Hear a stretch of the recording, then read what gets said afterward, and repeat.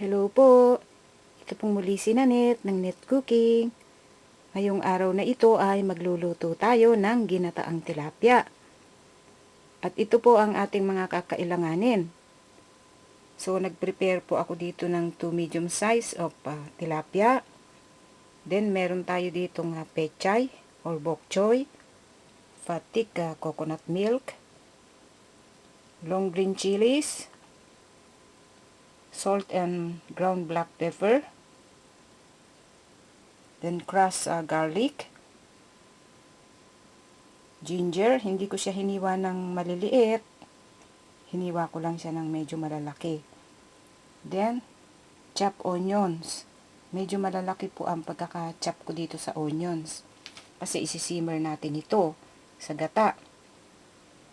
Then itong tilapia, ang ginawa ko po dito, nalinisan ko na at na-seasoned ng salt and pepper.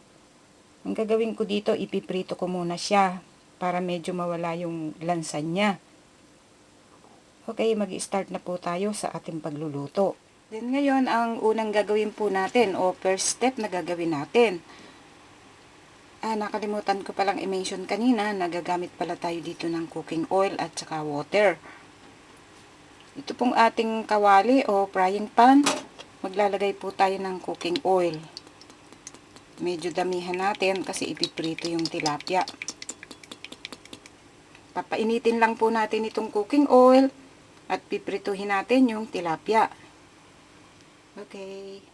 Then ngayon, mainit na po itong cooking oil, kaya ilalagay na natin yung tilapia. Hihintayin nating maprito lahat ito before natin i-saute.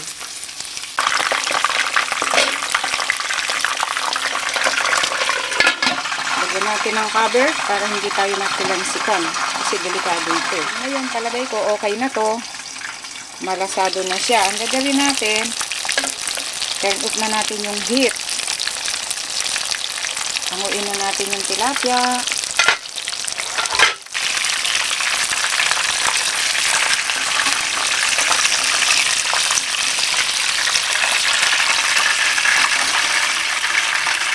Then, heto na po yung tilapia after na naiprito natin. Hindi siya masyadong luto.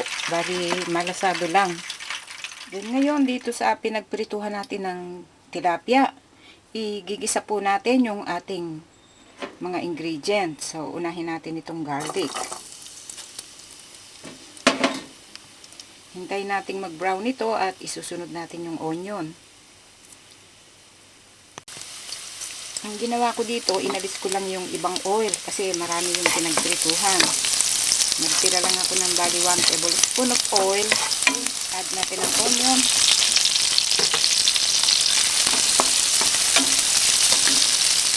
At itong ginger.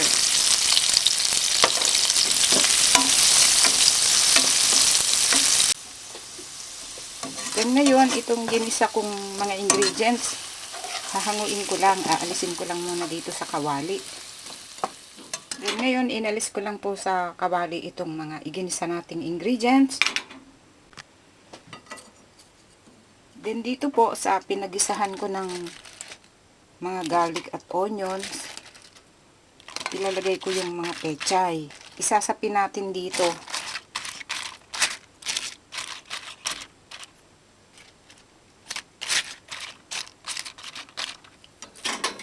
Then dito, ilalagay ko po yung tilapia. Yan, lalagay natin itong mga tilapia dito. Then ngayon dito, ilalagay ko po yung ginisa kong mga bawang at sibuyas.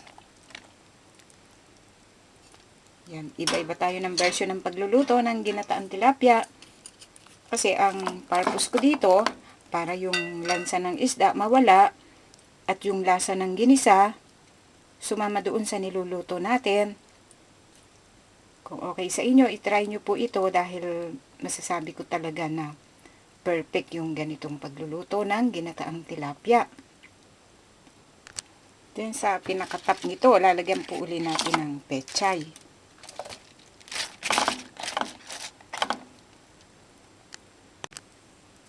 Then dito, ilalagay po natin yung ating gata. Lagay po natin yung ating salt and pepper.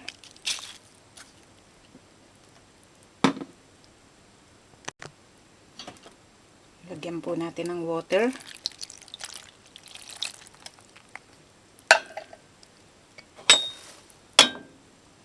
Then, lagyan po natin ng cover at hayaan nating mag-simmer siya hanggang sa maluto yung mga tilapia. Okay, babalikan po natin ito maya-maya. Then, ngayon, after 5 minutes na pag-simmer natin dito, check natin. Then, ngayon, ilalagay po natin itong long green chilies. Then, titikman natin kung ano kulang. Pag kulang sa salt, so pwede tayo mag-add.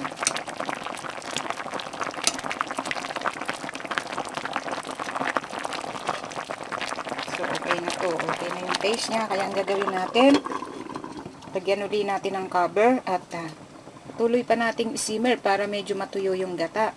Then, after 10 minutes na pagkakasimmer niya, check natin. Palagay ko okay na to, kaya ang gagawin natin, i-turn off na po natin yung heat. Okay, nag-thick na yung gata niya.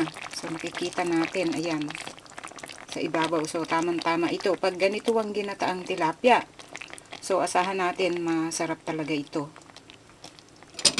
Okay, pwede na po natin siyang iserve at kainin.